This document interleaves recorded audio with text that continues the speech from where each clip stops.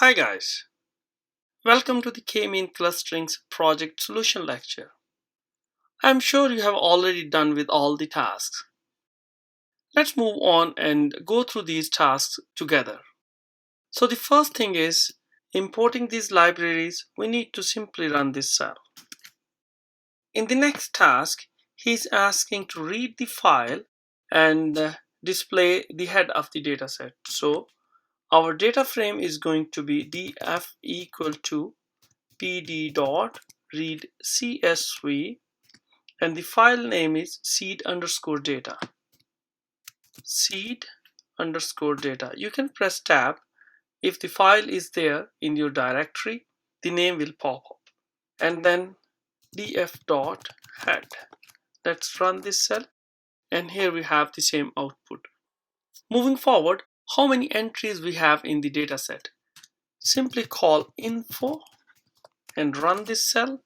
So we have 210 entries, A, P, C, L, K, W, K, and these are the columns. All are non-null values. Moving forward to the next question, display the basic statistics. Simply call describe and run this cell. Here we have the basic statistics on our dataset: count, mean, standard deviation, and so on. Moving forward to the exploratory data analysis, how the area is related to the compactness. A is the area column and C is the compactness. Create a scatter plot. Luckily, we have a target value. Pass it as hue argument. We need to pass in hue argument. We can call lmplot from SNS here. So SNS dot lmplot, pass in A for X and compactness C for Y, and our data is df. We want to pass in hue equal to target, and let's run this cell. So here we have. If we compare these two plots, we need to get rid of these lines. If you press shift tab here, you have fit underscore reg equal to true. Let's copy this one, paste it here, and set it to false, and rerun this cell. So now we don't have those lines anymore. If we compare these two plots, we see that the color scheme is different and the size is different as well. If you press shift tab again, you have a size here. Let's copy this size, paste it here, and pass in say 6 and see how the thing changes. So here we have the similar size now. Now the color scheme is different only. So the color scheme he's asking for is set 1. So we need to pass in palette equal to set 1 and rerun this cell. And here we have the same plot now. So moving forward, let's see how area A is related to A underscore coefficient using scatter plot. Hint hue equal to target. So once again we can use lmplot from SNS. So SNS dot lmplot, pass in A and A underscore coefficient, and our data is df and hue is target. The color scheme he is again asking for set 1. So palette equal to set 1. And once again, if you notice, the size is same as the previous plot, which is size 6. And we don't need the lines, so we need to pass in fit underscore reg equal to false, which is by default true. Let's rerun this cell. And here we have the same plot. We can make it slightly smaller so that it fits on the same screen. So this is our plot. We got the same plot here again. So moving forward, please recreate the plot below, a stacked histogram. If possible, please use SNS.FacetGrid. To recall, you can go through the lecture or you can go through this document once again. I'm going to use FacetGrid here. If you remember, the syntax is G equal to SNS dot FacetGrid Press Shift tab. You have data, row, columns, and a couple of other arguments. Our data is going to be df. Hue, we are going to pass the target, and size is 6 here, and aspect is 2. I know what is the size and what is the aspect, so I am just giving the number in. You can play with these numbers and see how the things move on. And once you have facet grid here, you need to map the data.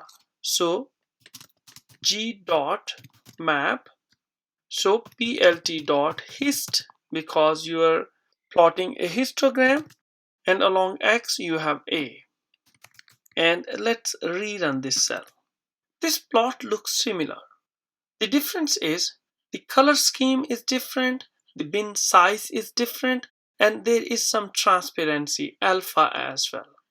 So let's play with some arguments. Bins equal to 30, alpha equal to 0.5, and rerun this cell. Here we have something similar.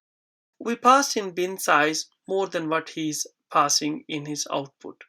So the bin size is actually, let's pass in 20 here and rerun this cell. So it looks the same bin size. The only thing difference is the color scheme. So this color scheme is again set 1. We need to pass in palette in this line. Palette, P-A-L-E-T-T-E equal to set 1, and rerun this cell. And here we have the same output. Let's move on to the next question, where he's asking for import k-means from Scikit-Learn and create an instance of k-means model with clusters equal to 3. So we need to do import here from Scikit-Learn dot, if you remember, it's a part of cluster import k means with K and M capital. Let's make this window slightly bigger. So here we are, and then create an instance k means equal to k means and pass in n clusters equal to 3 and run this cell. So now we have k means, the instance of k means model. The next one he's asking for fit the model to all the data except for target. So k means dot fit, pass in data df, and we don't want target, so df dot drop target along axis equal to 1 and run this cell. And here we have the same output. We have the model fitted to our data. So we have trained our k-means clustering algorithm. Moving forward, he is asking for how to get the cluster center vectors, pass them to centers, and get the output. Centers equal to, we know we can call cluster underscore centers underscore function on k-means. K-means dot cluster centers and then centers. So we are calling cluster underscore center underscore on k-means and passing that to centers, and then we are getting output the centers here. Let's run this cell, and here we have the centers for all our clusters in centers that we can use later on if we need them. So the next one, you have the fitted model, get the labels for k-mean and create a new column k labels in your data frame. Check the head of your data frame. He's asking for to do all these tasks in single column. So we know we can call labels underscore on k-means to get the labels. So k-means dot labels, and if we run this cell, here we have the labels for all our data points. So he's asking to create a new column k labels in the data frame. So let's copy this one and put the new column in our data frame. df equal to k-means dot labels underscore, and then check the head of the data frame, and let's run this cell. Here we have our new columns in the data frame with k labels. You notice that the predicted labels are different from the labels which are originally in our data frame. The next one is recreate the plot below. Hint is on the left you have C as the predicted labels, and on your right you have the C as original labels. You have created similar plot in the previous lecture as well. So if you want, you can copy code from there, or you can write your code once again here. So we need to call matplots subplots here.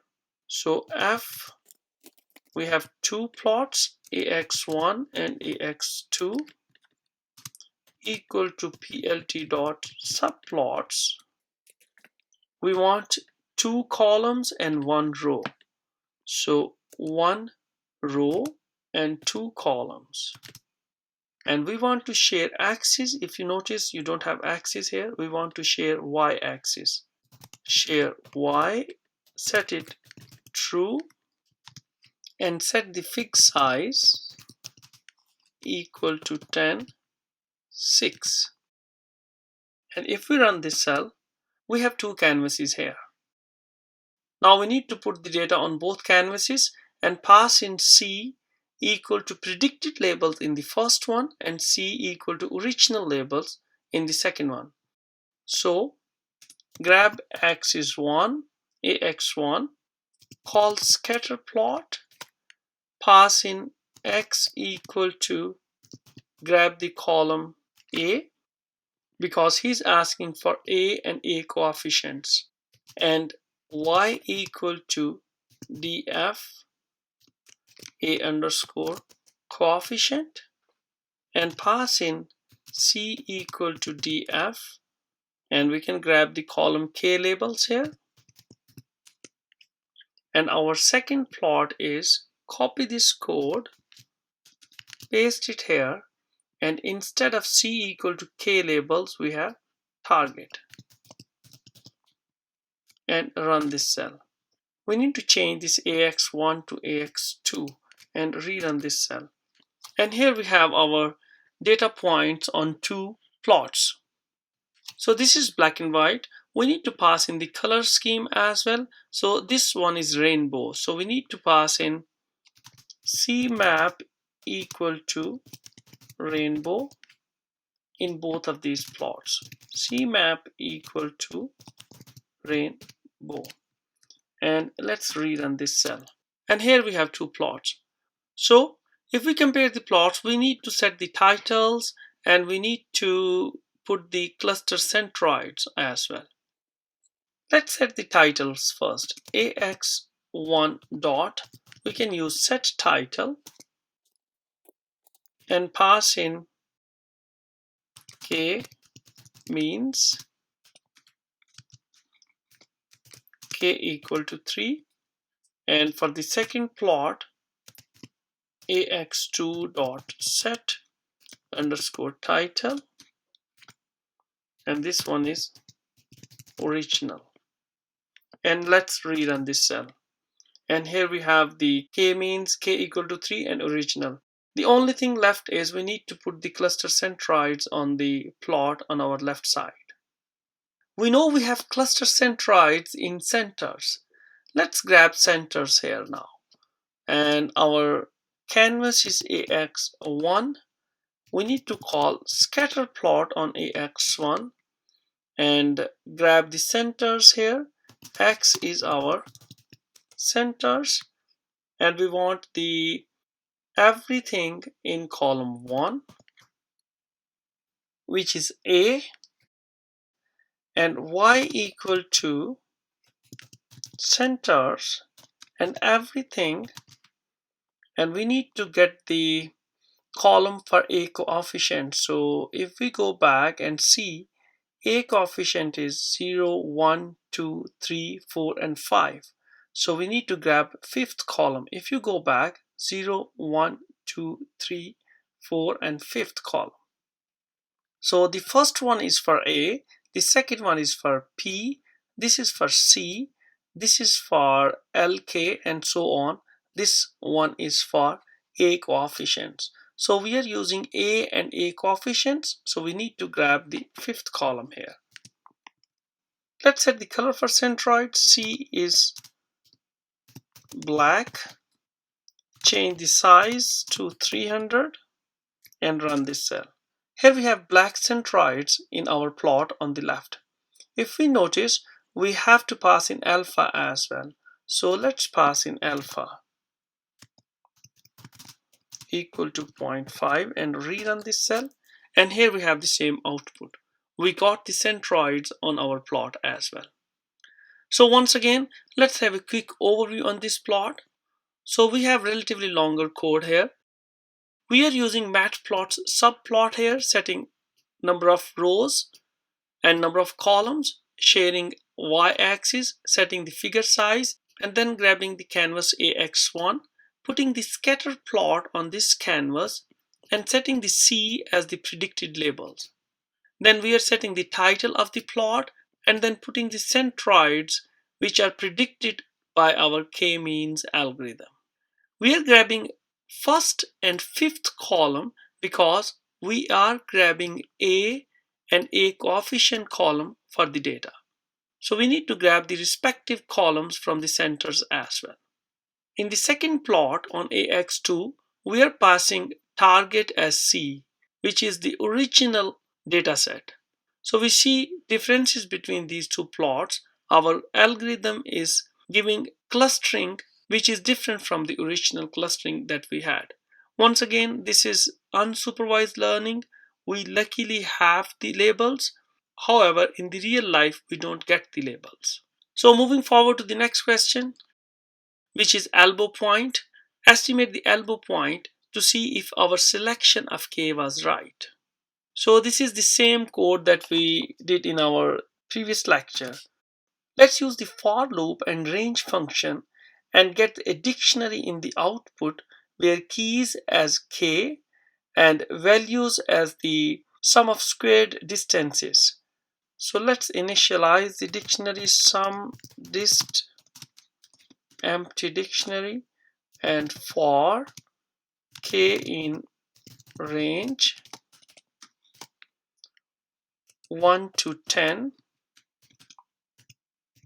K means equal to K means, pass in cluster size is K,